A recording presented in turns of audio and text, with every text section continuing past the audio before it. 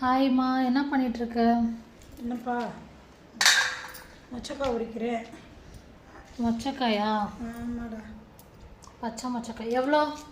100 ரூபா.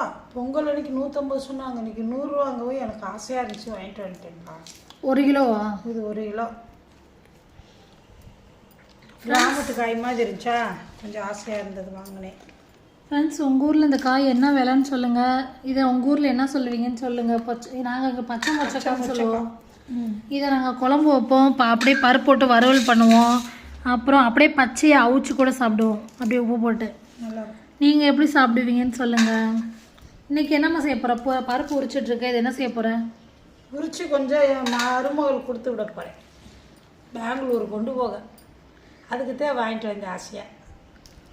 சரி, ஓகே. எனக்கு கிடைக்காது, நம்ம நாட்டு மொச்சக்காய், கொடுத்து விடுவோம். சரி, ஓகே, பாய் சொல்லிடுறேன்.